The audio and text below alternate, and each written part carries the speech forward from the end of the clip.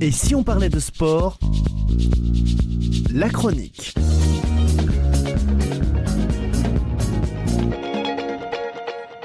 Bonjour à toutes et à tous, c'est très heureux de vous retrouver dans cette nouvelle chronique spéciale résultat Et si on parlait de sport numéro 129 pour votre rendez-vous du lundi.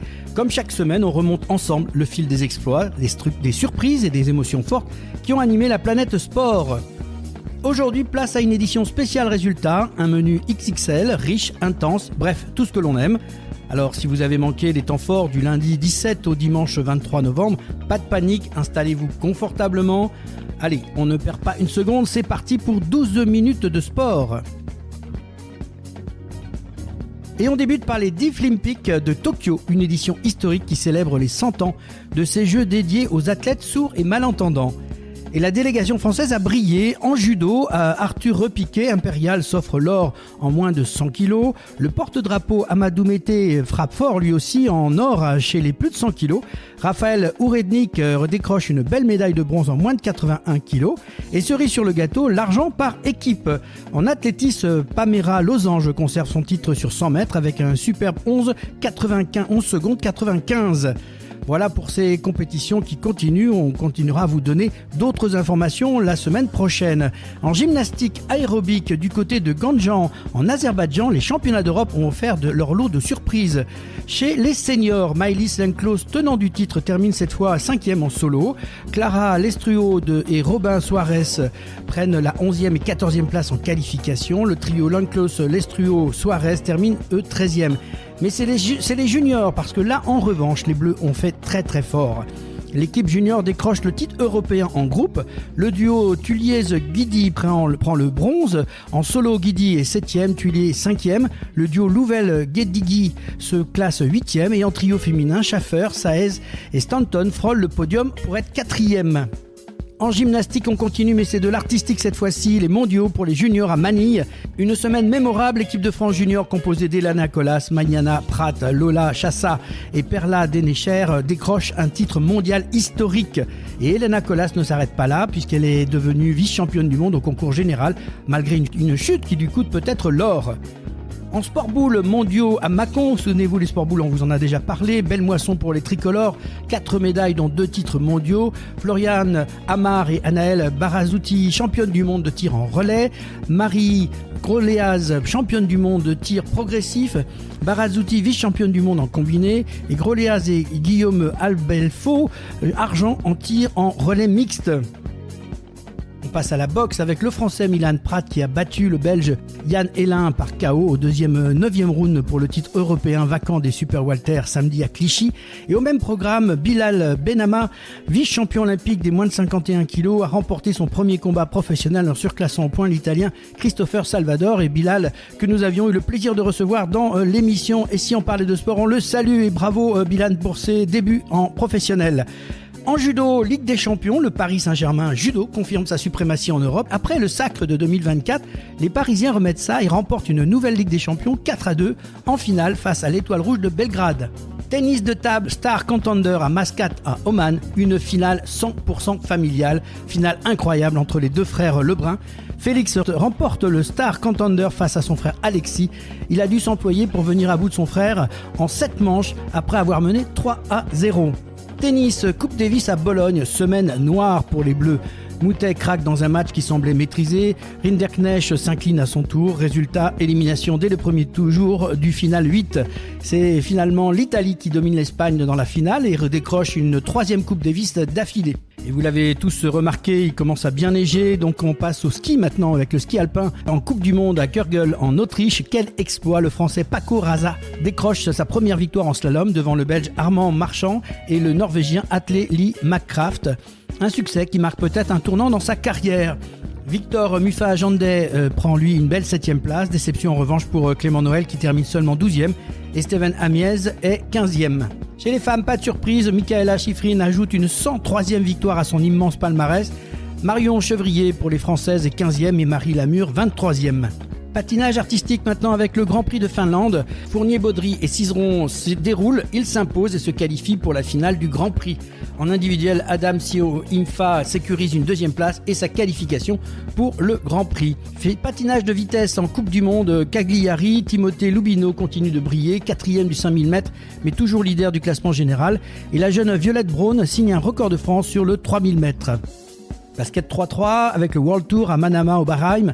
Les Toulousains Franck Seguela et Jules Rambaud s'arrêtent en quart, battus par les Chinois d'Hangzhou 21-14. Basketball maintenant avec la Ligue des Champions.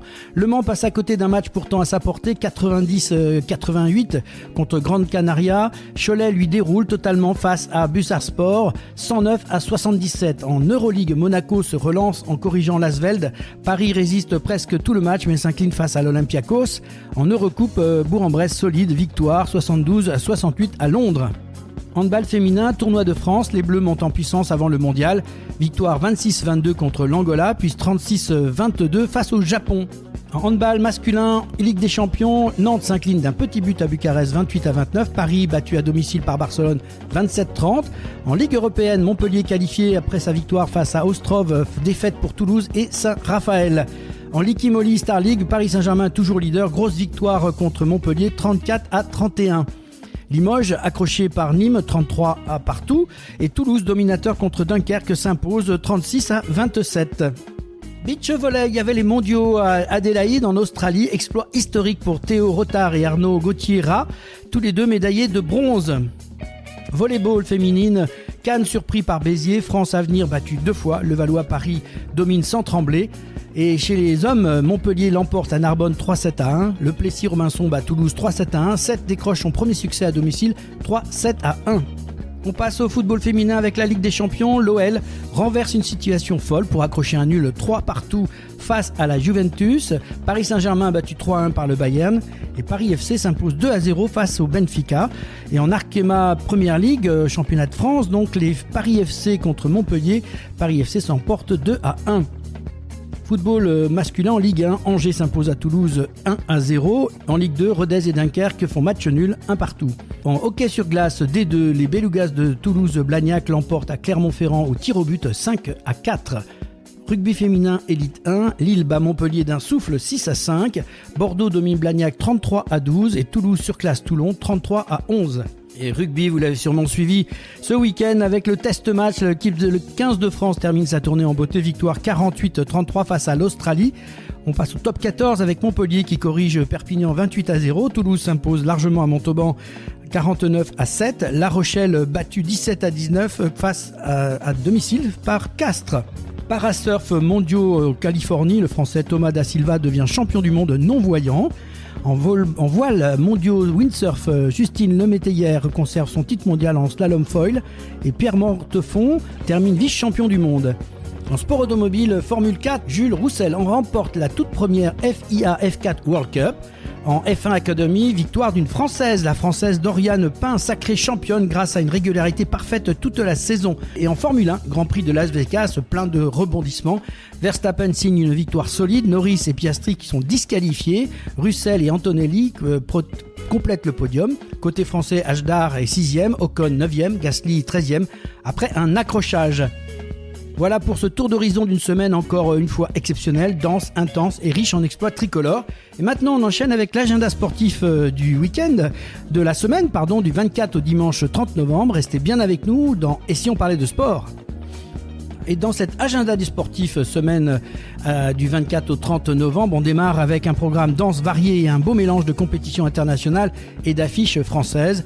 Accrochez-vous, il y en a pour tous les goûts. On commence avec mardi 25 novembre, basketball homme, Euroleague 13e journée, Dubaï, Paris. En football homme, la Ligue des Champions 5e journée, Marseille contre Newcastle. Mardi 26 novembre, basketball homme, Euroleague.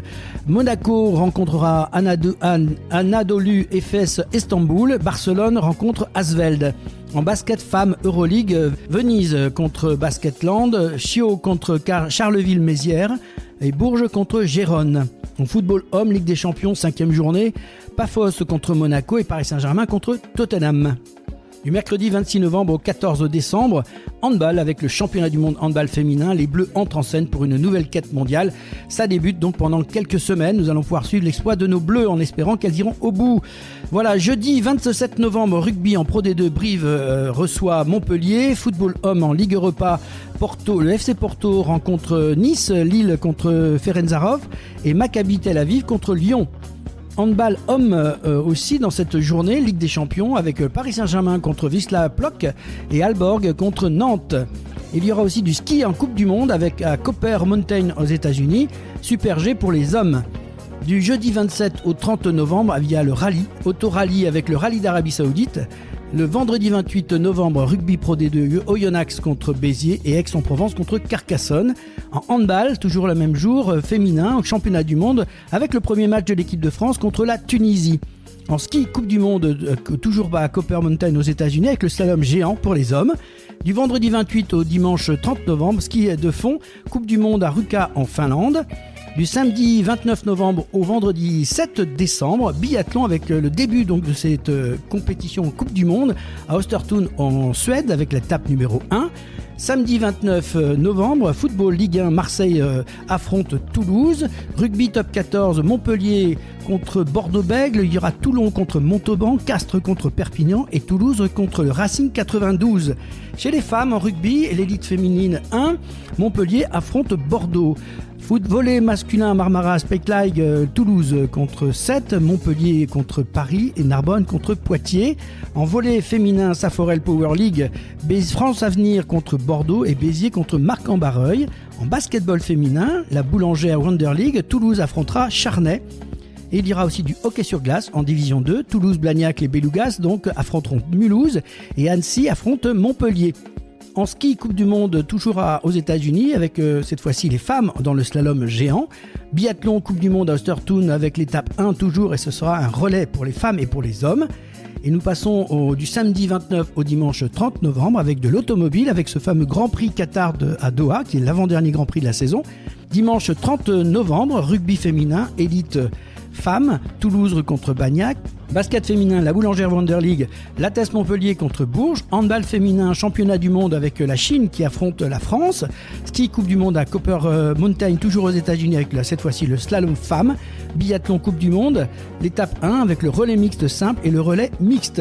Du dimanche 30 novembre au 7 novembre, il y aura du tennis de table avec la fameuse Coupe du Monde par équipe mixte à Changlieu avec nos frères Lebrun. Et mardi 2 décembre, handball féminin, championnat du monde, la France affrontera la Pologne. Voilà pour notre agenda sportif complet de la semaine, une programmation riche, du spectacle partout et beaucoup d'équipes de France engagées. Et n'oubliez pas votre rendez-vous mercredi 18h pour le fameux grand format hebdomadaire de Et si on parlait de sport, l'émission 129. Dans la première mi-temps, on vous emmène à Tournefeuille pour vivre de l'intérieur la Coupe d'Europe d'escalade 2025 avec Luc Chabrol, Michel Chauvin, Laurent Gros-Piron, Baptiste Cruzel. On découvre les coulisses de l'événement, les temps forts, les résultats et un focus inspirant sur l'escalade pour tous jusqu'au ski d'alpinisme qui arrive au JO 2026. Et en deuxième mi-temps, place aux champions. L'équipe de France junior de gymnastique aérobique sacrée championne d'Europe avec leur coach Julien Dalverny. Les jeunes talents reviennent sur leur titre et leur ambition future. Un programme explosif, inspirant et 100% de sport à ne surtout pas manquer. C'était votre rendez-vous du lundi, spécial résultat, l'agenda des sportifs de la semaine pour une émission 129 signée Et si on parlait de sport. On se retrouve très vite, encore plus d'adrénaline, de performance et de passion. Très belle semaine à toutes et à tous et surtout, vive le sport!